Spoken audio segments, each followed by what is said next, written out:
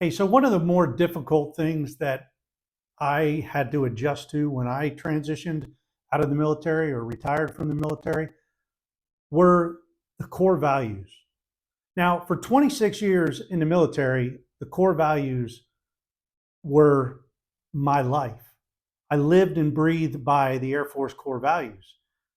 And when I transitioned out, it was like, all right, those core values are still a part of me. But in the civilian world, companies may say they have core values, but it's not really a part of who they are. And it's very rare to go up and ask anybody in that company, hey, you know what the core values are? And for them to actually know what they are. Unlike in the military, where they are just ingrained in us. Now, I know every service of the military has their own specific core values. You know, the Navy and Marines have the same three. Core values are honor, courage, and commitment. Army has a slew of them, either six or seven. I don't know if you're Army out there, please chime in. But loyalty, duty, respect, selfless service, honor, integrity, and personal courage. Of course, the Air Force, integrity first, service before self, and excellence in all that we do. Space Force, the newest service, has character, connection, courage, and commitment. And the Coast Guard is honor, respect, and devotion to duty. Now, one thing that I really discovered was I had to really identify my own personal core values because I couldn't rely on my company to really know core values. And core values are simply what drives you.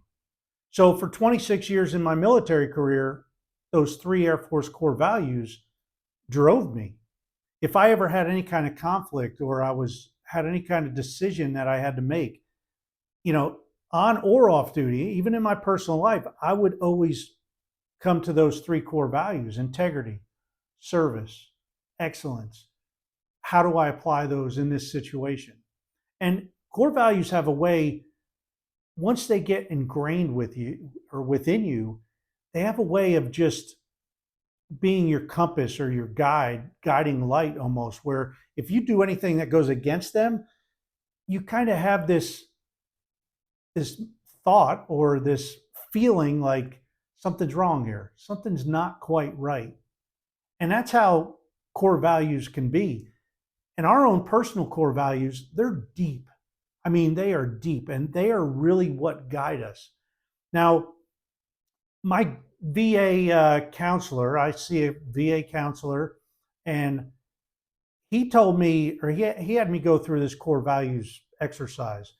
And it was amazing. I mean, I had this worksheet for probably 4 or 5 years before I ever really sat down and started going through them. And when I did, I was amazed at I had core values that I really didn't know were core values. I knew that things bothered me, but I didn't know they bothered me until I discovered that it was one of my core values. And justice is one of my personal core values. And when I realized that justice was one of my core values, I was like, oh, so that's why that upsets me, or that's why I'm happy in this situation, or that's why I really strive for this, because it answered a lot of questions. I would highly recommend that you sit down and get one of these worksheets from the VA. And if you need one, just tap in the comments or shoot me an email at paul@clcteam.com, and I can send you over one of these. I can actually get a digital copy from the VA and send it to you. There's actually two that I have that are really good because not only do they have a list of all these values, but they basically tell you what each value means. So integrity is one of my core values, and that is basically living out or living your life where you live out your core values. I always thought integrity was just telling the truth, being honest. But in reality, it is living your life in integrity with your core values. So it's if you're not in integrity with your core values, something's going to seem off because you're going against your deep innermost feelings, what you truly value and what means so much to you. So just know that when you transition out, it may be a rude awakening when you go and get that job and you may read online about this company's core values and then you get there and you're like, what are the core values? I'm not seeing these core values being lived out. And you might ask a leader in that company, hey, what are the core values? They might not even know. Now, I've seen mission statements and I've seen vision statements and all this other stuff in the Air Force, in my Air Force days, that a lot of units didn't know. However, companies are just as bad. They'll have vision statements, mission statements up. And again, I think this is a very important area for you to come up with your own personal mission statement, your own vision statement. Because a vision is basically, how do you see life kind of going for you? Where do you see your life in 5 years from now? That's a simple vision. Write that out. And then what's important about that is if you see your vision in 5 years, you could say, okay, that's where I'm going to be in 5 years. Here's where I'm at now. In order to get there, I need to do this. And you could start setting goals that are going to keep you on track to hit that long-term vision. Because that long-term vision, you can create long-term goals to get to that vision. And those long-term goals, you can step back, step by step, and come all the way back to, this is what I need to do to, in the next 3 months, to stay on track to get to that 5-year vision. Now, if you want to know more about that, I can get in more depth on a video. Just tag me and say, hey, get more into that vision and long-term goals. But there's 2 really good books that I would like to refer, and that is the One Thing by Gary Keller, and there's another author there, but Gary Keller from Keller Realty.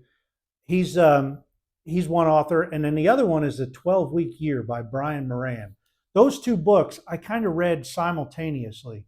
I would read one of one and one of the other, and they really went along well. But they were 2 of the most impactful books that I've ever read, because they will set you up to focus on the one thing that's going to get you closer to that goal today. What's one thing? And you, by scaling your goals back from those long-term goals all the way back to shorter, and then you get your 12-week goals, which is the 12-week year. That's based on the 12-week goals. But ultimately, those 12-week goals are going to get you to the 52-week goals, are going to get you to the 3-year goals, the 5-year goals, the 10-year goals. So 2 really good books, but really focus on your values. What are your personal values? Because when you focus on your values, you're going to see how closely related your values are to your goals and to your vision. And then when you set your goals, you can set goals that are in alignment with your values. And you're going to not only achieve those goals, you're going to enjoy every moment because they're going to be in alignment with your values.